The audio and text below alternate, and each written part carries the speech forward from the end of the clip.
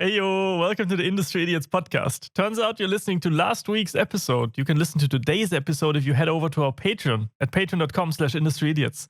For supporting, you'll get it a week early and access to one Patreon exclusive episode each month. Either way, thank you and enjoy this episode. Bye. Hello, here's Sven.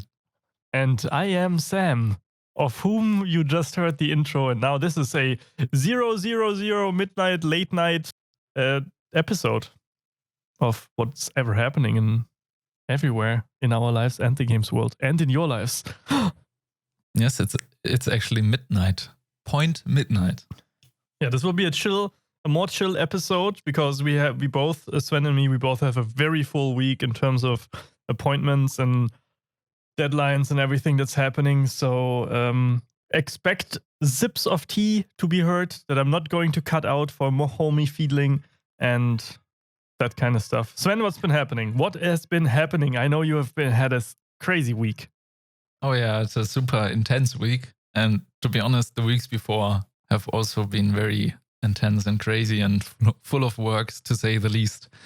And yeah, I've been a part of my first personal, let's say, professional software product launch this past week. And it was a hell of a ride the last 9 months. So it was kind of the experience to go from the incarnation of the project all the way up to the launch. And now we're transforming the project into like a live service situation and continuing to develop updates and looking forward to that.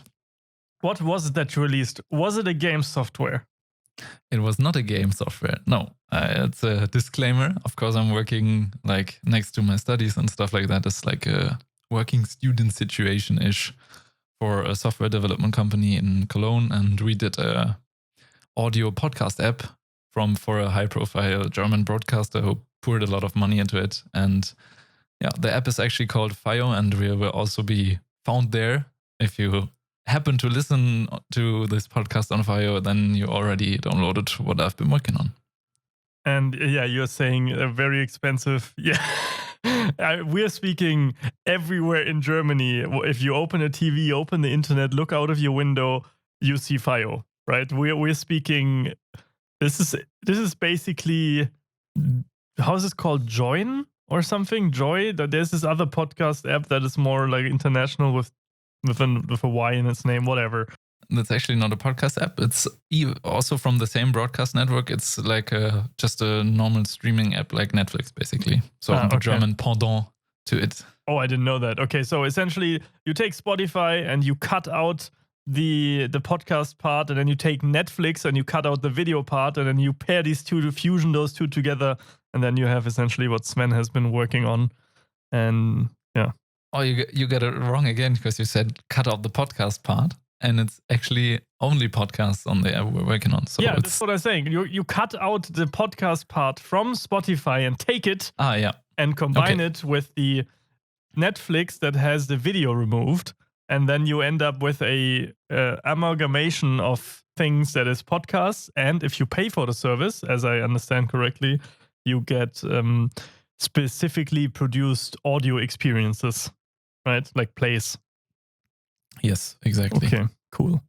All right, enough of that. But it's very exciting, though. I mean, I'm not part of this project, but of course, since I'm very close to you, I saw the stress you were under and all the cool things that were happening, and it was very interesting to see. And now it's actually launched and it's everywhere.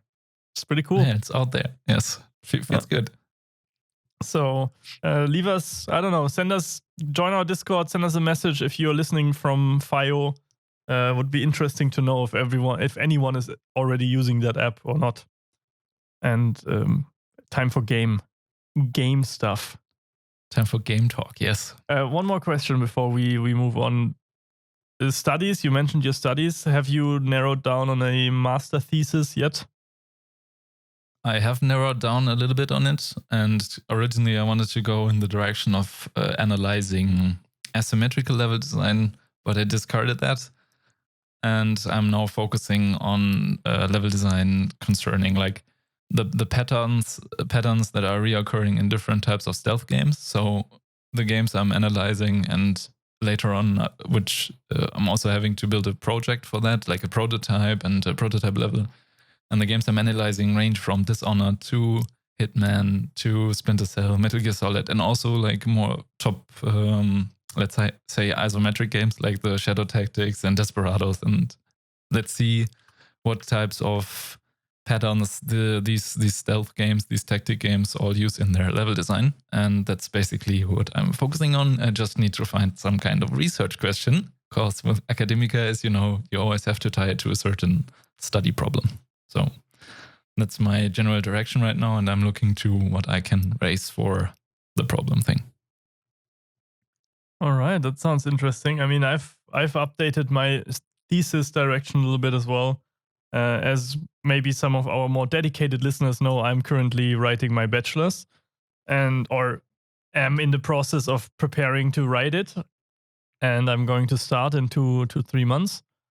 And I want to write my bachelor's at a bigger studio, so I can focus on because you have two options essentially if you study game design. You can either do a project yourself and base your thesis and research on that project, or you enter a team or a bigger studio that allows you to work on your specific thing that you want to do and then build your thesis on that.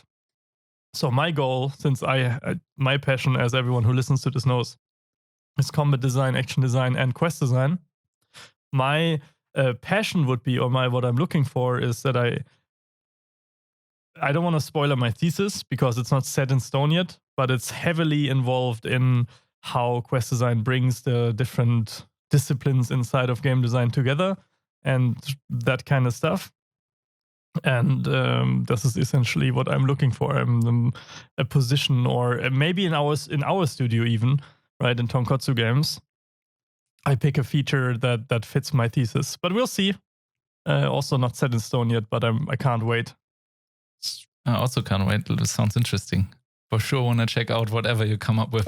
It was a little bit all over the place, I know, but in my notes and in my head it's more accurate, but I don't want to leak my thesis yet and then wake up tomorrow to someone having done my thesis, and then I can't do it anymore because of academic works. You can't do a bachelor or master thesis if it's already been done. So yeah, that's a good point. Do you already know how like the proportions of your thesis will look like? Like for my university, we can choose how big the practical part is gonna be, the prototype, and how big the written part, the actual written thesis needs to be. So for example, I can choose, okay, I'm gonna spend like 80% of the time on making the prototype and 20% on analysis, for example.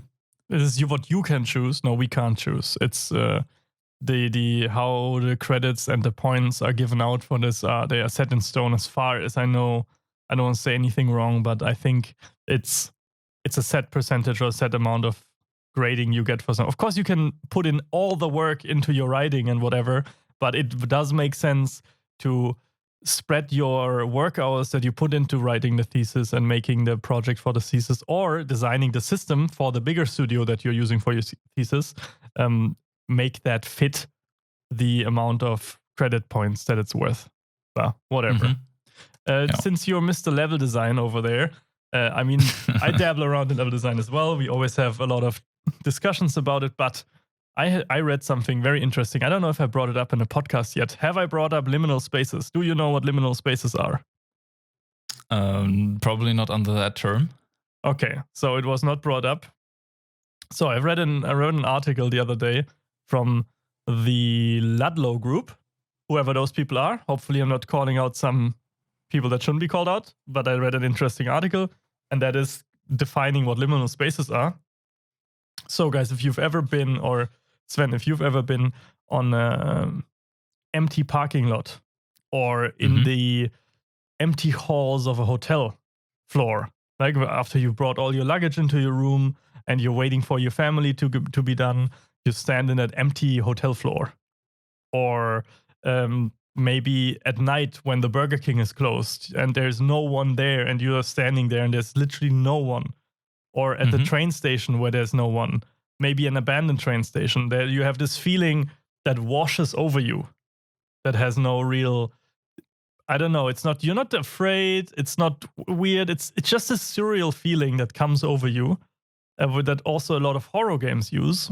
And what I have now found out is that is actually something that has a name, and it's a liminal space. And it comes from if you're in a place that has a certain meaning, and that is only that you only encounter when you're on your way to do something. So in a hotel floor, you don't remain, right? You go through, you go to your room, you go out, blah blah blah, until your stay is over. You never chill in the floor. On a train station, you go there to get somewhere. You wait for the train. There's a lot of people there. Blah blah blah. You go in the train, you're gone. But when you actually go there for the sole purpose of going there, your brain does not associate this place with this purpose. So you get this surreality coming into your perception. And this is what a liminal space is. Oh, so it sounds interesting, and never heard of that term. Or that there is even a term for describing this soothing feeling you might have when encountering these spaces. Yeah, it's like an altered reality, slightly a little bit off. And I think that's very interesting. And I feel like, or I was thinking, brainstorming with myself, is there, I mean, yeah, horror games use it, maybe not on purpose, but they use it. Can you make a game about liminal spaces specifically? About spaces you encounter that are like, yeah, I'd say Firewatch is a good example for having liminal spaces, because you don't actually meet any NPCs. There are no people out there. You run around, get this feeling of, okay, someone has been there, but actually there's no one around. It's just this voice you're talking to.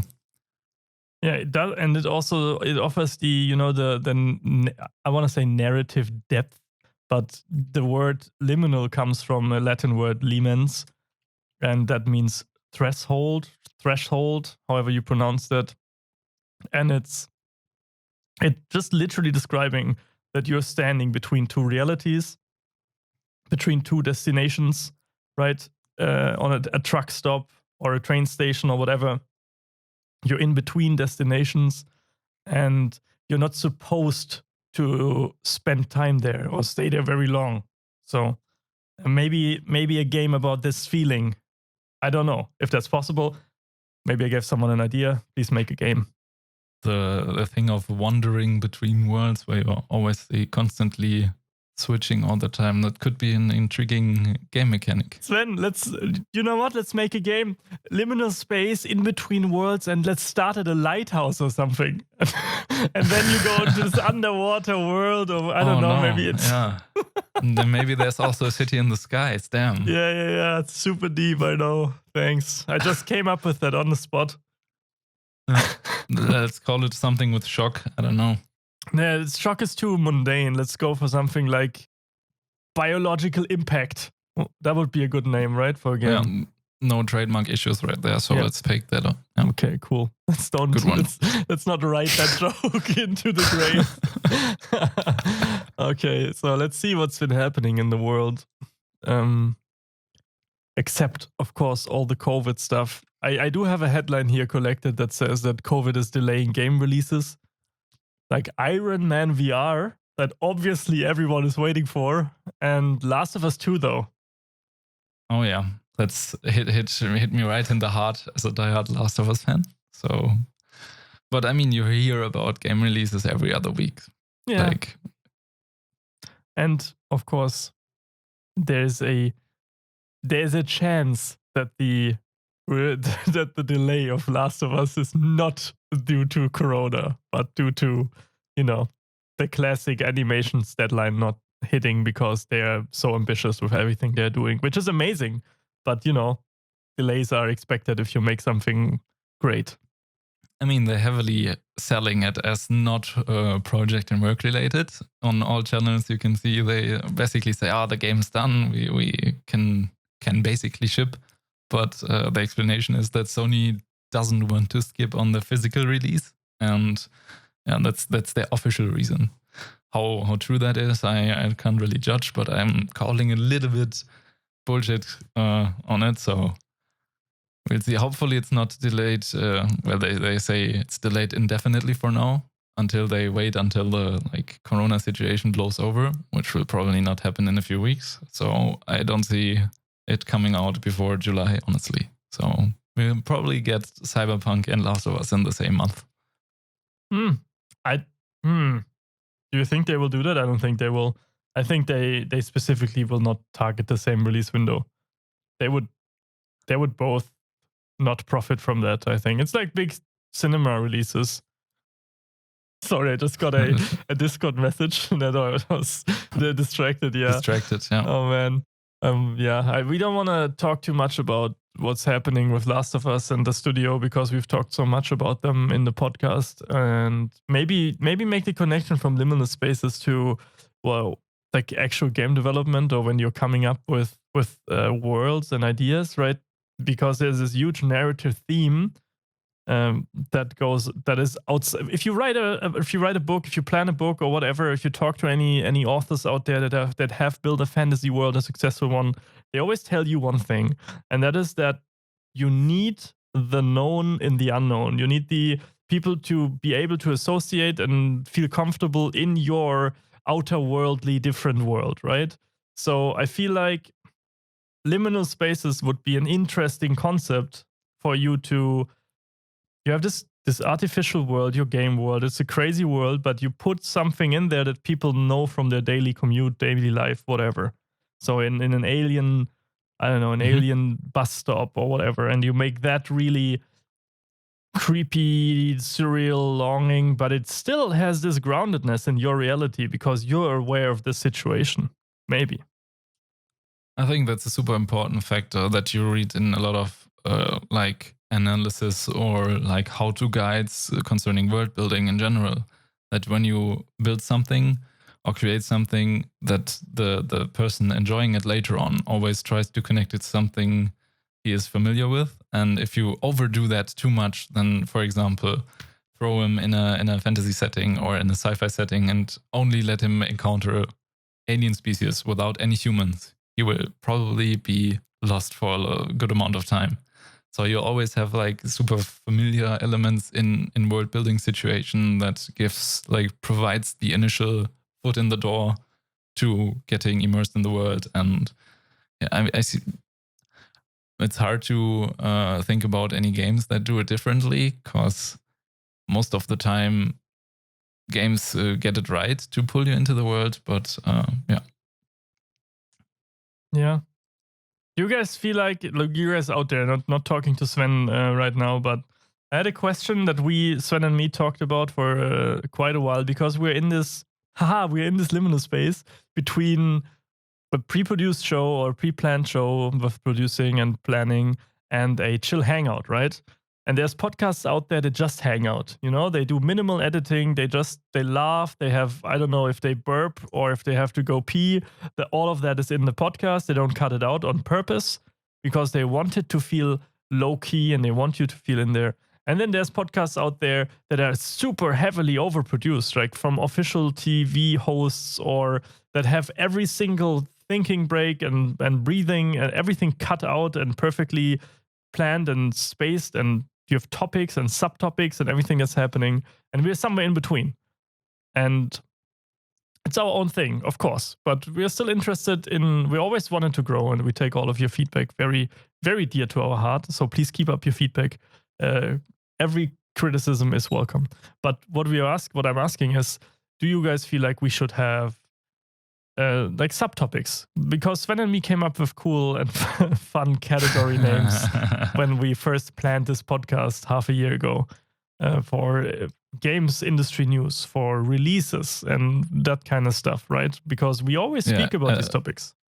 At a time where we didn't even know in what direction we wanted to push the podcast, or if it was just going to be us talking about playing games, if it was going to be us just talking about the process of making games, somewhere in between. And what you're hearing in the recent weeks is basically the result of all that brainstorm. Mm-hmm. And I can't wait to hear what type of topic names you now pull out of your list, because I forgot most of them, and I know that there are a lot of shitty puns in there. That's actually not okay. Maybe I should read them to the people, but that's not what I had in mind. I was just wondering, because this just sparked at this very second in my head when I was going through what we have collected, or what you have collected for us to talk about. We want this to to be natural. We never pre-plan the topics we talk about, except if we have a guest. When we have a guest, it's always, yeah, we're going to talk about the top 10 games of all times with Robert Prince. But instead, we go through whatever has happened and what feels most natural and most interesting for us, and also fits our area of expertise, right? But on the other hand, we want to catch all the release dates and all the when stuff like this happens, like there's a new game announced or a new engine announced, that kind of stuff. We want to talk about it 100% and not just have it come up. So it would make sense to, I don't know, put in the episode that we're like, okay, this is the upcoming games thing. There were 3 releases this week, and it's the following games, and we talk about the games. Well, then again, we would heavily move into the pre-produced and very pre-planned situation with the only thing missing is like an audio intro jingle for each subcategory talking about. No intro jingle. Sven has been trying to get me to add a jingle or to, I don't know, convince me. Just a small one, not a song or something. Nothing overdone. If anyone out there can convince me that a jingle is not cringy and instead is cool, then I will. Mark my words are now on the record if you can convince me, for sure. I think that's heavily tied to the type of show you do. And as we are somewhere in between, we can also find something somewhere in between. But that's a discussion for another time, I guess. And also it's our show. We can basically do what we want. But we don't want to... We have these 3 ground pillars. We talk about the industry. We talk about us, like what's happening in our lives, not because we're super cocky and love ourselves. And we talk about games, right? Consumer, developer, and personal approach. Or... The Holy Trinity. The Holy Trinity, yes. So, yeah, very long-winded transition to talking about the release date of Desperados 3 right there. That was super smooth. I didn't see that coming at all. I didn't even remember when I put it in there. But yeah, Desperados announced its release date finally. It's a game I've been looking forward to since a lot of time because as I've mentioned, I think in the top 10 list, I was a big fan of the original game, and now Desperados 3 as a follow-up to the fantastic Shadow Tactics from MME. It's like a tactics and stealth game I'm really, really hyped about, given the track record of Shadow Tactics and the original game. So yeah, June 16th it is. Mm-hmm. Correct. And I played it last year at Gamescom. And it was already in a good like state overall. Played very fluid and was there very satisfying navigating through the levels and taking out the guards one by one and stuff like that. And I can't wait to see what they have been like improving in the last 9 to 10 months since I've played it. So looking forward to that. And Johannes is a great guy, the CEO, one of the founders and the CEO of Mimimi, the studio behind Desperados, the studio behind Shadow Tactics. We both, or I know him personally, and he's a very cool guy. And maybe he will come on the podcast at some point, but definitely support his games. They're amazing, even though they're not my cup of tea usually, because I don't play a lot of stealth games, I have to admit, but in that category, they're definitely leading the pack. So check it out if you have the time. Yep. And since we are speaking about German development studios with recent endeavors, we can't dodge the big Crytek in the room. The big Crytek in the room, yeah. The big nano suit on the wall. Which you can't see because it's a nano suit, but yeah. Depends on which mode has been engaged. Yeah, there's multiple ones. Yeah, that's all they wrote, right? Or what was the tweet?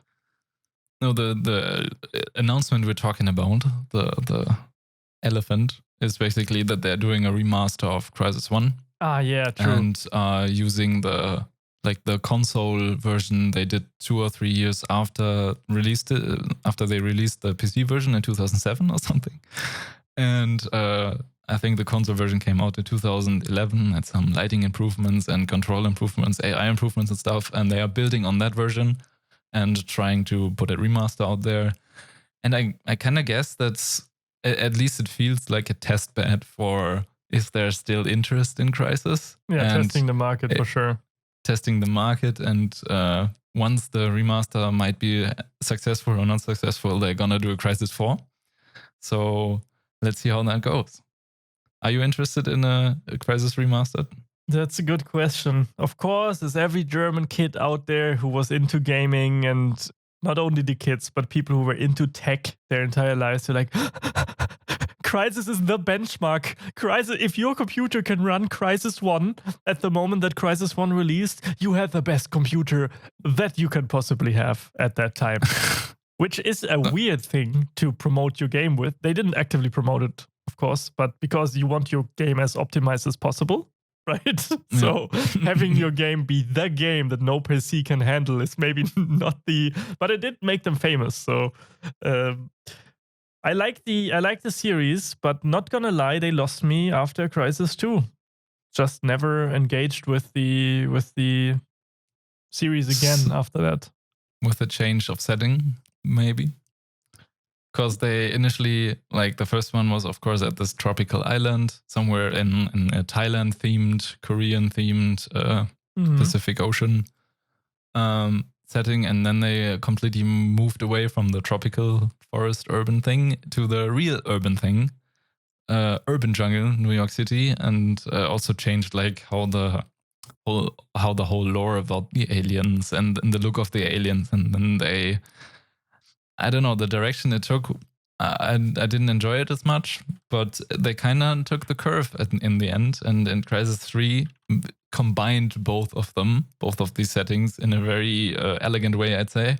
Because in the time of, like in-game time of Crysis 3, the nature was overgrown in like New York became a literal jungle because all the plants were overgrowing and all the situations, and there were a lot of cool levels in there, and like you got back a little bit to this density feeling that the original game had. And also I think the original game had a lot more open world approach than the second and the third. So, which is good. I don't want to hate on that at all. I don't want to hate on a game at all. It's a great game. But what I'm missing, I want to draw the comparison to Pacific Rim. If you've seen Pacific Rim 1, some people might find it trashy action, but when it came out, I saw it in IMAX in Canada when I was staying in Canada, and it was amazing. It blew me away because of its intensity in IMAX. Just giant robots fighting with ships as swords and hitting kaijus, aliens, whatever monsters. But where I want to pick at is the ending, right? Where you got this glimpse into the alien world. You got this glimpse into the world of the people attacking, of the monsters attacking. And this is what interests me about the Crysis universe. I haven't played 3, so if they explored that in 3, I'm sorry. But I have seen enough of aliens invading Earth. I am interested in the aliens in the Crysis world enough that I know I want to find more. I want to find out more. Give me the alien world. Let Lee, I don't know, unveil the alien world. Make the Crysis 4 be us attacking back and, going into their world. And then using all that nano sneak tech to fuck them up real bad. So you want to have a Crysis-esque Starship Troopers or Alien Colonial Marines situation? It's still a stealth game, not a... Not a serious Sam in space. No. I just want to explore the world of the aliens from the Crysis universe. Well, that's slow, stealthy fashion. What they didn't do in the third part. I think they dialed down a lot of the alien thing in the third part, but I can completely remember it incorrectly because it's 5 years ago that I played it. And the second part was for sure New York being invaded, and the end of it was you saved New York basically, and there wasn't even a glimpse on where did they come from, because you saw it already in the first part. They were there from the beginning basically. Oh, I didn't know that. Going beyond that, there wasn't anything. Like, I mean, if you remember Crysis 1, a huge part of the story is that you get into the mountain core, and the alien ship and like that the mothership is like below the ground, and then it's starting to break free and everything, all hell breaks loose and stuff. That's basically as far as you go in terms of where do these aliens come from. And then suddenly in the second part, they look totally different and are not as connected anymore. So they could have been a second alien race invading New York in a... well, I think it wasn't as elegant, changing so much from what was not nice about the first part. Then I was wrong, I guess. But, I want to find out. I was a little kid when I played it, but I want to find out about the alien world. I don't mean full on blow in the face. You go there and you kill everyone, and I just want to a low key way. I mean, that's their job as the game developers, game designers, and narrative designers over there. A low key way of being interested through world building, through environmental storytelling, to find out what's the deal. Why even invade Earth, or is there even more to this? Did they really start on Earth, or what's happening? And a little bit like Prometheus, and Alien, and all that kind of stuff. I would really enjoy that. Wouldn't you say that it's the same phenomenon that kept like series like Lost going, like creating the mystery and maybe leaving it open for a long enough time? Of course, at some point you have to provide an answer for everything. That would have been a cool thing if they answered everything at the end of Crysis 3, like gave all the explanations. But I have no problem with like keeping up the mystery through 3 standalone games. So yeah, I don't mind. I don't mind keeping up the mystery, and I don't mean unveil the mystery, but I want to find out more, and I want the setting not to be Earth anymore. I think alien invasions, zombie invasions, that has been done enough by games and by films everywhere, by TV shows. Every second thing you consume is something invading Earth, and I'm bored of this topic. So maybe there's other planets that were invaded by the same aliens, and we, as the Crysis super force with our advanced technology, nano stuff, can stealthily invade whatever colonies they have out there, or whatever. Find out something cool. I think the reason why that hasn't been done so much is, again, one of the point I made earlier about the world building thing, that it's not familiar enough to like the most consumers. And if you don't have this like real life earthy locations, you immediately feel lost, and you don't have a real connection to, okay, I can't judge exactly how this world behaves. So I think I have to harshly disagree. While I agree that this is a thing, as I stated before, with the people need to feel somehow at home in the unknown. I think this is something that is done, and that we are in the studio doing as well. It's just way more expensive, more working hours, more everything to create something that is intriguing and mysterious that is not set on Earth. Because you have so much given to you when you're building an Earth-like scenario on Earth that is already existing out there, that you don't have to spend thoughts on even creating. But once you create an entirely new world, you have to think about everything. You have to think about how do they consume liquids? Do they even consume liquids? If they don't consume liquids, is the atmosphere different? And then this goes on and on and on and on, and it spirals out of control and touches on everything in this world. And this is way more work and costs more money. So I understand. Yeah, okay, fair point. Having no reference is of course a thing that could impact that decision, of course. Yeah.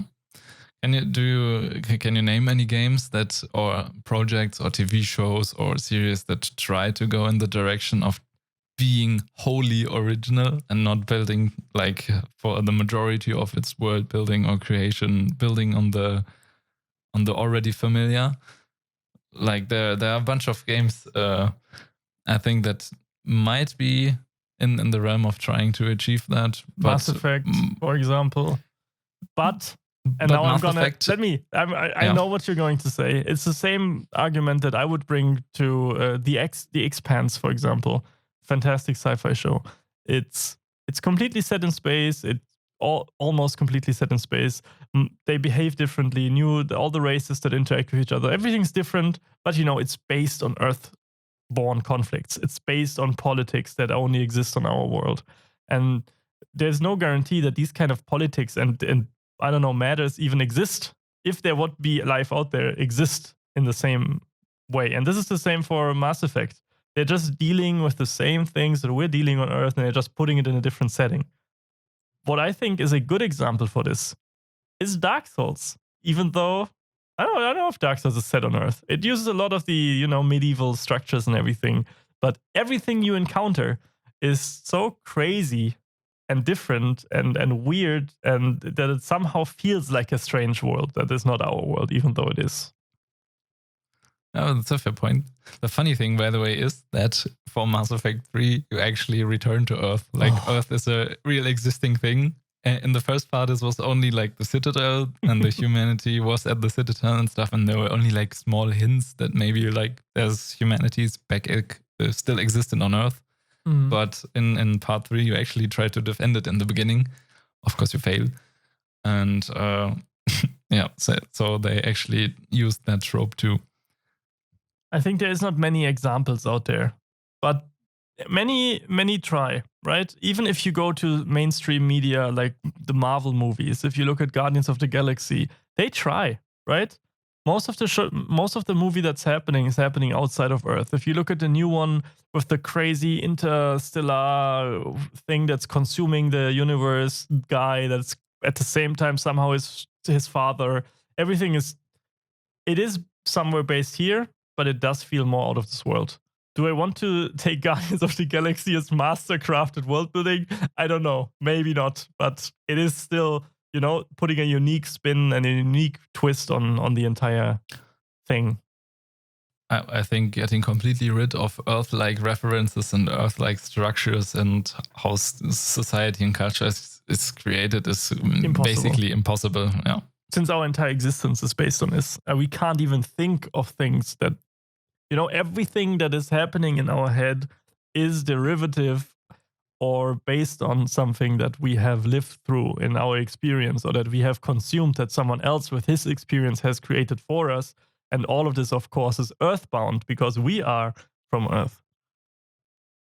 I don't know. I can't think of a thing that goes super far away from all concepts that we know that I did not hate.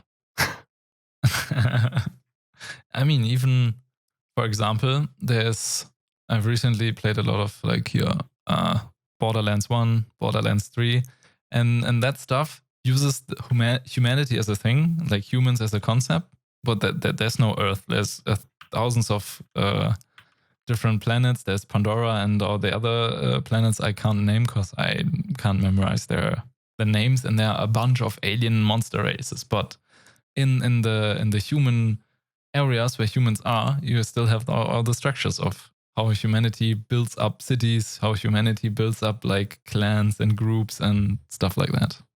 We have to think outside of the box. All right, we have to drop fantastic games like Silent Hill and all these kind of games out of our minds, because of course they work because they feed on being connected to our world. But what about games like Super Mario World or Super Mario Odyssey or whatever? These games have minimal in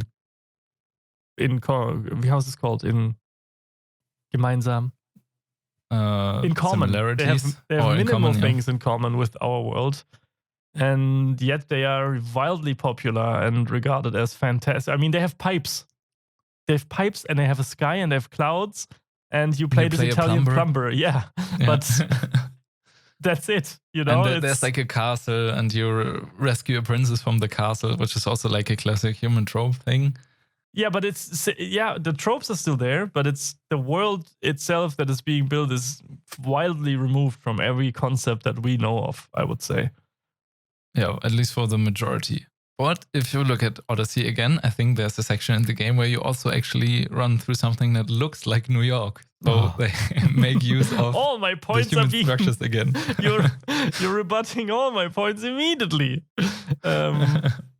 Yeah, even games that are super far removed and have minimal graphics like Patapon or whatever, they're heavily based on the human music and its influence on social activities and just the humanity of music and tribes and how that affected and affected us as humanity growing. It's hard. If you not use anything from human culture, then your game or your story or your movie just becomes this unrecognizable, unfamiliar blob of what is this? So if you don't have a name for it, you can't name it. So it's like you can't put it into your mental corner and judge its behavior, see coming how this character or this object or whatever it is might behave. And then you feel like, okay, people like to guess how characters are gonna behave in a scene and how a movie ends, or like some plot twists, and you wouldn't be able to guess any of that from stuff you are not familiar with. So it's a lot of the fun in that would not be existent for completely original stuff.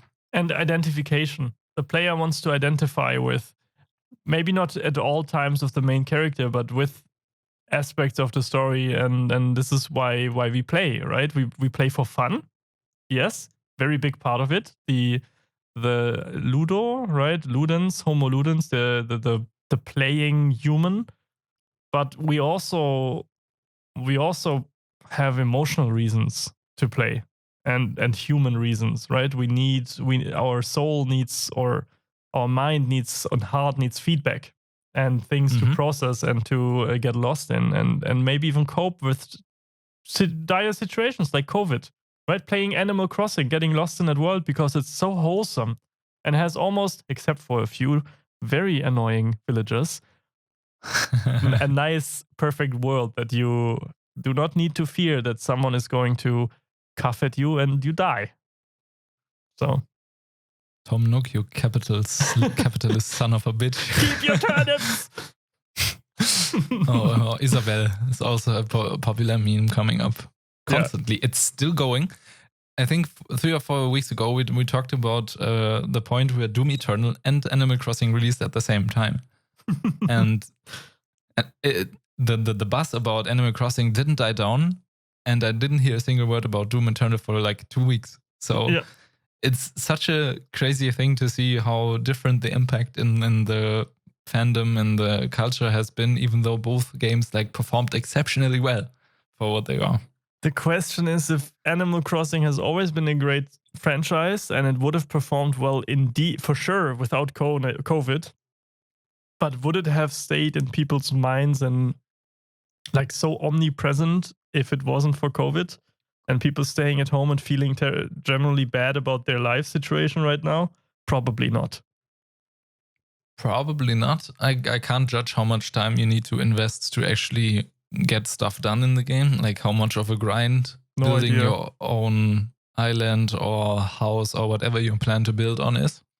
If you want to be able to buy everything, then of course you have to put in, I guess, unsurmountable amount of hours and basically stay like an investment broker. Yeah. That becomes your main profession. 40 hours work weeks just trading turnips. At this point, I want to shout out Elijah Wood. That's a shout out I have never expected to be on the podcast. Yeah.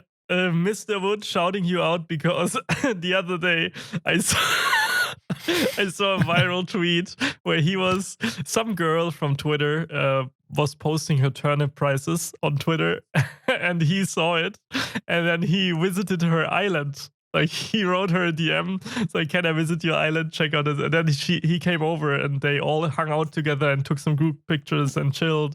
And for the turnip prices. So she had a fantastic celebrity that we grew up with visit her island, and that made her day. And it made mine. It was such a wholesome moment.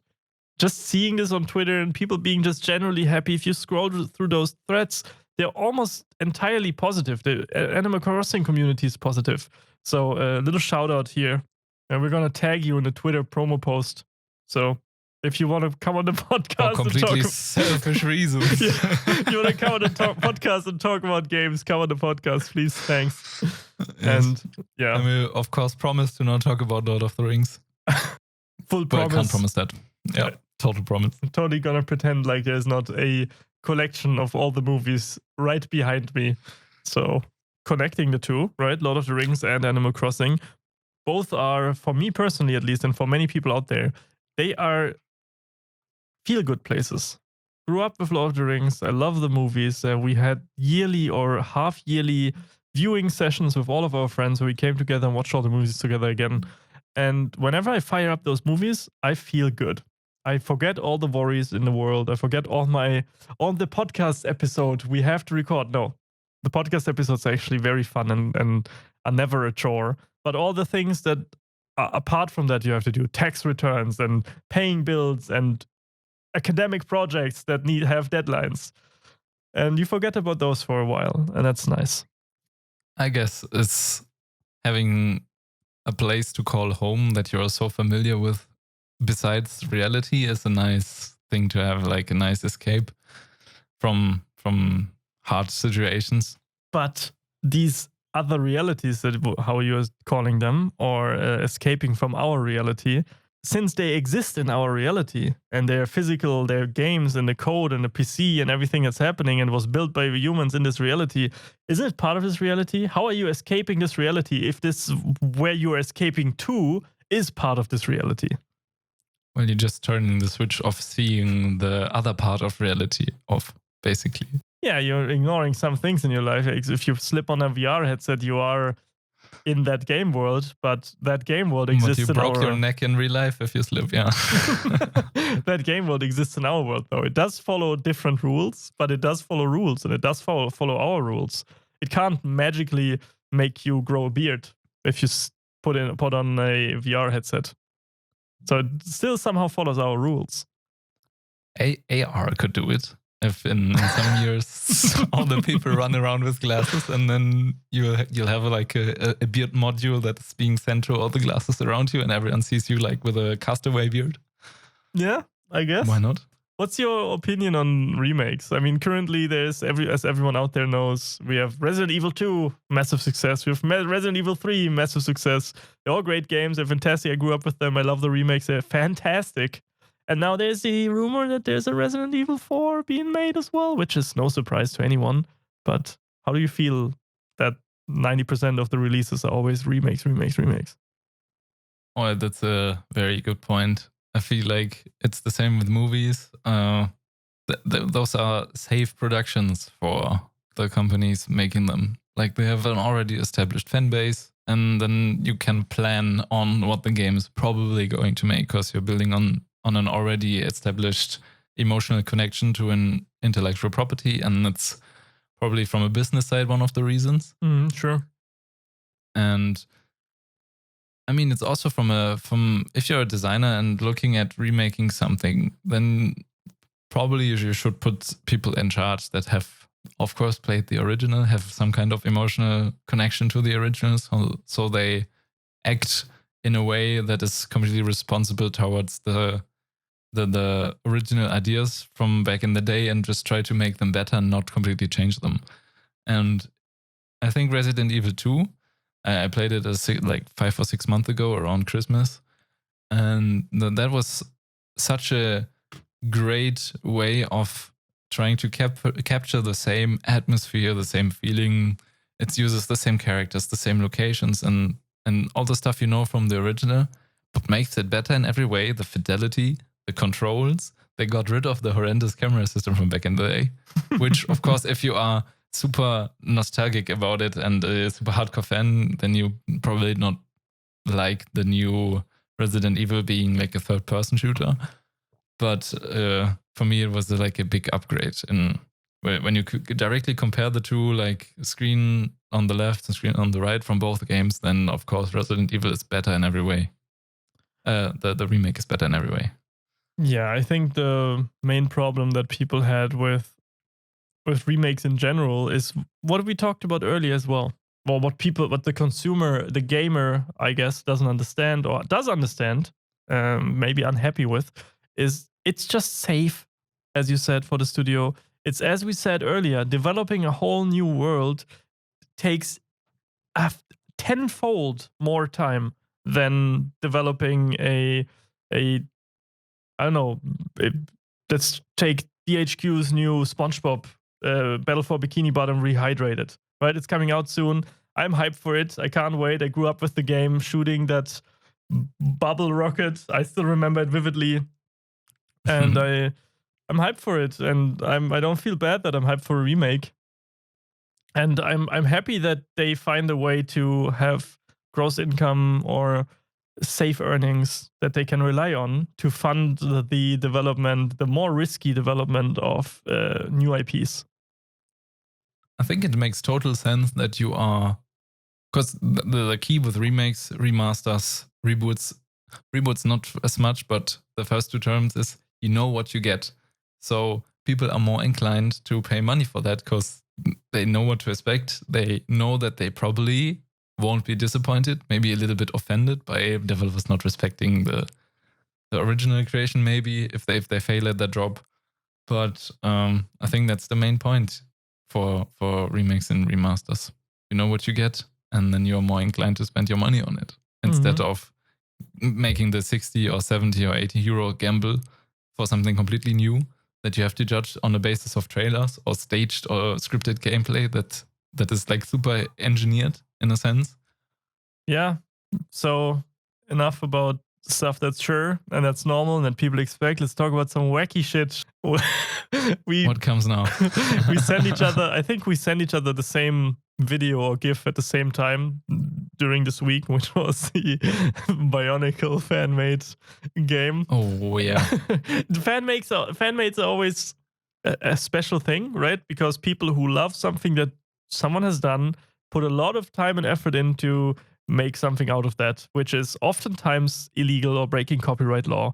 But on the other hand, should you really shut something like that down? Someone who reignites the love for your IP 15, 10 years after the fact? And someone is making I don't know, does anyone still know Bionicles? Have you had Bionicles, Sven? I didn't have any Bionicles, but you couldn't miss the TV spots and advertisements on the various kids and children TV channels. So I saw a lot of Bionicles. I never had some. I thought they were back in the day. I wasn't as intrigued into like the techie thing, and they always looked like machines and techie stuff, and that changed over time. But then you grow old enough to not have Bionicles. It's like ancient machines. I mean, this is Maya-esque with masks, but also alien. It's a weird mixture. I loved it. My brother and me had all of them, just like Beyblades. I know you were big fans of Bionicles. So are you getting the mod? I don't know. He gives it for free, so why not, right? I'm definitely going to try it and play it and download it. And he worked on it or she or other genders. I'm just going to assume he's a he because his name sounded male. He worked on the game for 5 or 6 years. Alone On his spare time. So I think it definitely deserves at least a try out. But maybe we can talk. I've read a Reddit discussion the other day. So if we're just bridging the topic away from the Bionicle, check it out, guys. Just Google it. It's free. It's something I read a discussion about is, does something that happens in games often, does something that takes a lot of time and work immediately warrant people to be less harsh in their judgment of the product? We often have people who spend Duke Nukem Forever, spent years upon years developing something, and then people being outraged that their work isn't appreciated. Because if you deliver a bad game or if you deliver something bad, then I'm sorry, even if it took you 20 years, it's bad. And just because it took you very long doesn't make it suddenly good. I will still respect how much work was put in, and I will give it a try, and with a completely open mind. And of course, we'll respect everything that happened in between, changes of engines, blah, blah, blah, and we'll look over that. But if the game, the inherent game loop and everything is bad, then it's bad. No amount of time can change that. I completely agree. It also has a lot to do with the price tag you're asking for what you have made. If you're asking me to pay 60 euros for a game, then I'm expecting it to be the best it can be. And if it's not good, I'll be disappointed and I'll not recommend the game to anyone else. So in my mind, that game might be bad. And that won't change anything, even if I know that the developer spent 15 years on it or spent a year on it. Maybe if they spent a year on it, then... Well, no. Even if they have excuses for it, it still is a bad game. So that's a difficult situation. But yeah, the only way to talking from a developer's perspective, it's heartbreaking. I've made bad projects. I've made shitty uni projects that I spent. Everyone, yeah. Yeah, everyone has done multiple, hundreds, hopefully. That's your journey. That should be your journey. Making hundreds of prototypes and finding out what's good and what's fun and what isn't and what's your workflow and blah, blah, blah, blah, blah, blah. And I've made terrible things and I've made good things, hopefully, maybe. The only thing to find out and counteract to ever have a moment like this happen where you've spent 10 years developing a game and then after 10 years you're suddenly hit with the hammer of 2 out of 10, sucks ass, is get the testing in early. There's nothing more important. My game developer's journey started with testing out games for studios that were in Berlin. In that case, it was Jaeger, and I tested their games, and it's not a lot of this thing of making that happen, already counteracts a lot of the game will definitely be bad thing. If people test your game and you get 2,000 people to play your game early, or you get 200 in, and they tell you that sucked, then that damage these hurtful words are worth more than anything ever in your development process, because they can save your whole business. They can save your whole business, your career. They can save your reputation. They can save everything. You get 200 people in early and they test your game and tell you it's shit. Then you thank them, because it's amazing that they told you before it's too late. Before all the systems are in place, nothing can be like, no fundamentals can be crazily changed anymore. And then you pump out a very polished turd, and suddenly you're like, damn. How could this have happened? Well, in the best case scenario, you always, like, even before doing the transition from alpha to beta, before doing the feature lock, you already have testers.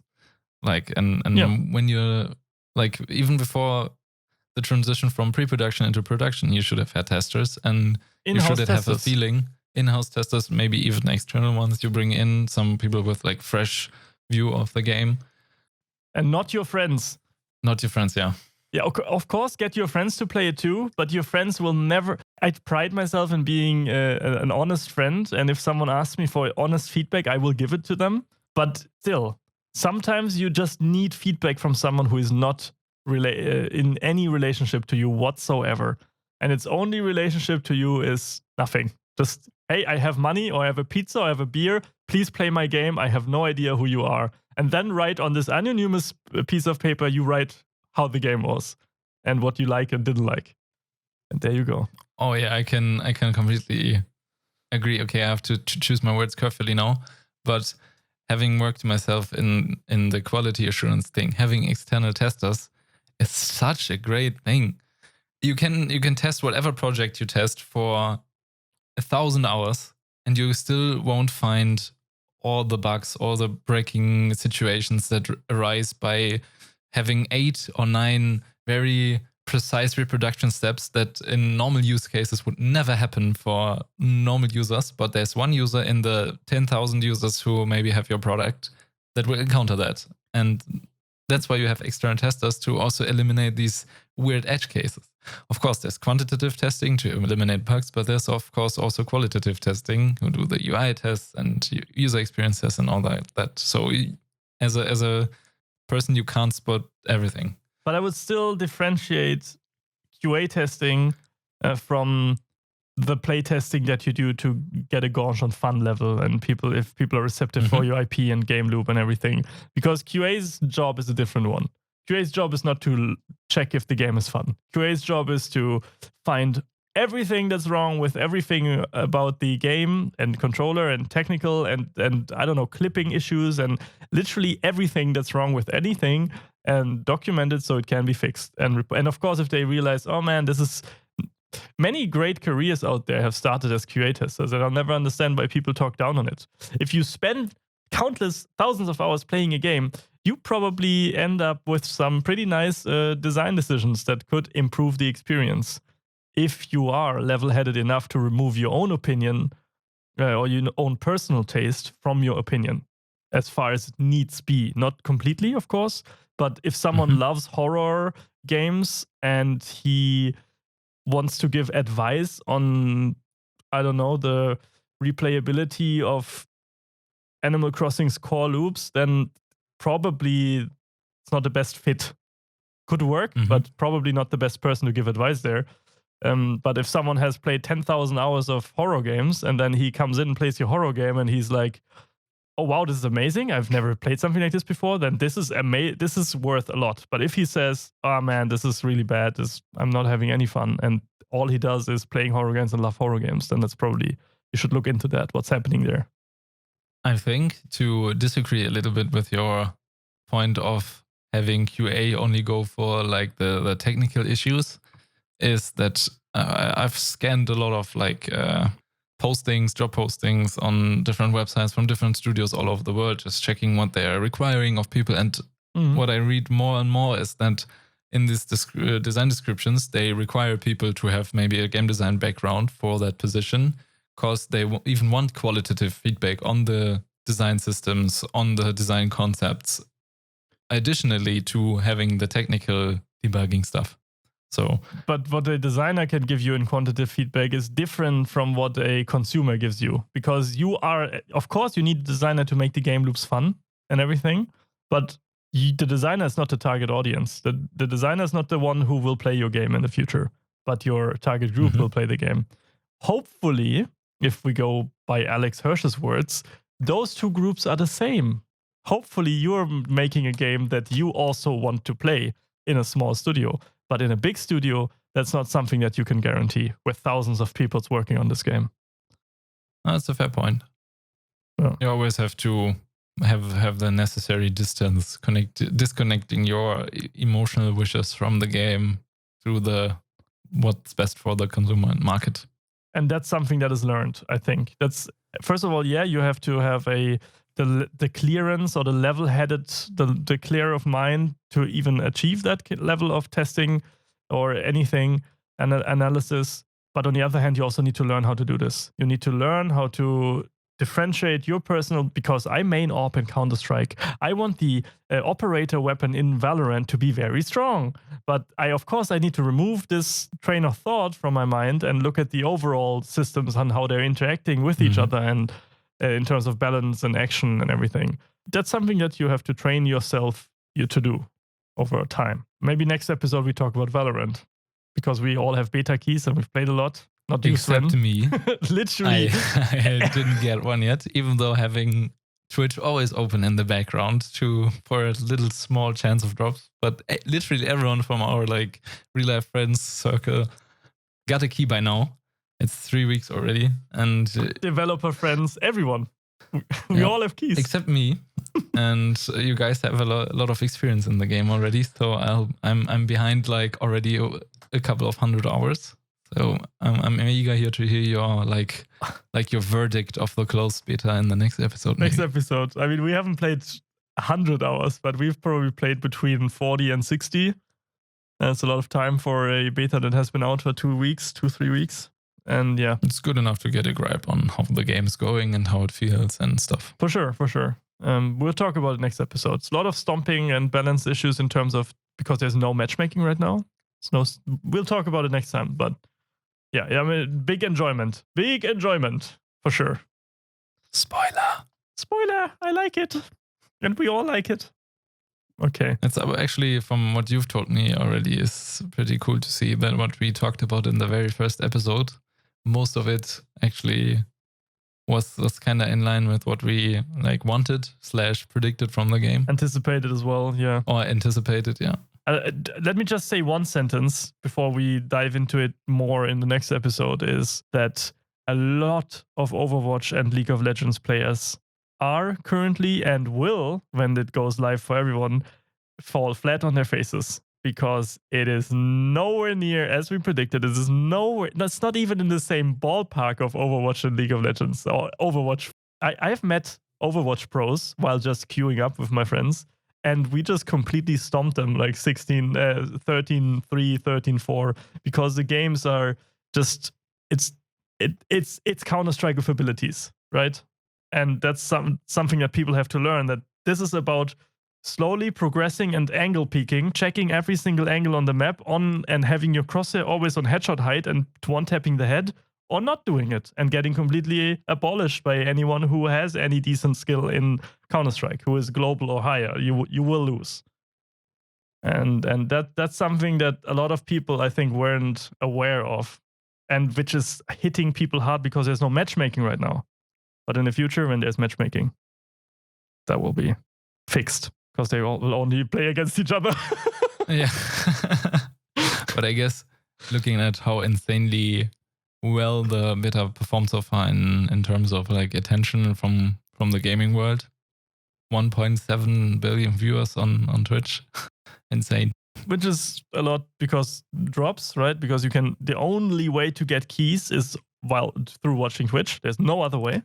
But you're right. And there's a lot of streamers who are continuing to stream Valorant even after their deals have ended because they enjoy the game so much and have strong opinions. And they're always raging, but they are raging about things that are happening. They are raging about gameplay. They are raging about bad players. That kind of stuff is a good sign because people are getting heavily invested with your IP and your game. Yep, I agree. So hopefully it's here to stay. And this is also the end of our episode. Already, oh no! When I press the stop button, we will immediately hit the record button again and go into our even more chill Patreon exclusive drink tea and discuss what games were missing from our top 10 games of all time lists and just hang out. The honorary mentions. I think Sven and me are our vision is aligned when we say that not only in this podcast, but in all things out there, whatever job you have, whatever company you work for, if you're in the games industry or not, it's always important that you keep an ear out for feedback. And you never, even if your TV show, game, podcast has been in the market for 10 years, you should still have an ear open for people who love your shit, telling you, hey, there's something that's bothering me about your shit. Yep, I completely agree. Because the next shitstorm is just around the corner if you don't watch out for the quality of what you put out there. Yeah, so there's always a trade-off. You want to do this because you love it, but you also want people to, feel good, and you want to deliver a product that people want to enjoy. I don't know, it's a mix in between. Let us know what you think, as always. Cheerio. As always, you forgot something. Oh, damn. You can't close the episode without mentioning our socials, of course. Oh, of course. You can, of course, find us on Twitter, Instagram. But as you already closed it out, I'm just leave it at that. You can find us just under the podcast name, and it will pop up. We just talked about what the people expect from us. Please fulfill what the people are expecting from us. Okay, you can find us on Twitter at Industry Idiots. No, actually, it's Idiots Industry. Yeah. It's the other way around. Somebody took the handle. And on Instagram on Industry Idiots. We don't have Facebook, so don't bother searching there. So it's only those two. And you can always join our Discord. Please join our Discord. And if you have questions, if you want games or topics or industry topics or whatever to be talked about, we've done this before. People have submitted topics and games and whatever, and we have talked about it on the podcast, and we love doing that. We love interacting with you. Of course, we're in the beginning, and we are a small group, right? Us idiots, Sven, me, and all of you out there, and but you never know what's coming in the future. But if we are 10 people, 100 or 300, we had our 300 milestone last week, right? It doesn't matter if it's 30,000. We always value the community interaction the most, and getting stuff from you guys and put you into this. You guys are idiots with us. That's very important. Oh, to close it out, I have a shout out left from my friend Mitesh, who promoted us a little bit on his Instagram story. So thanks for that. Oh, yes, I saw that. That was cool. You sent Sven was very squealy. He's like, oh, look at what he did. And yeah, it made our day a little bit. It always makes our day a little bit. So thank you everyone for listening, making us part of your weekly routine, and see you around. Bye. Bye.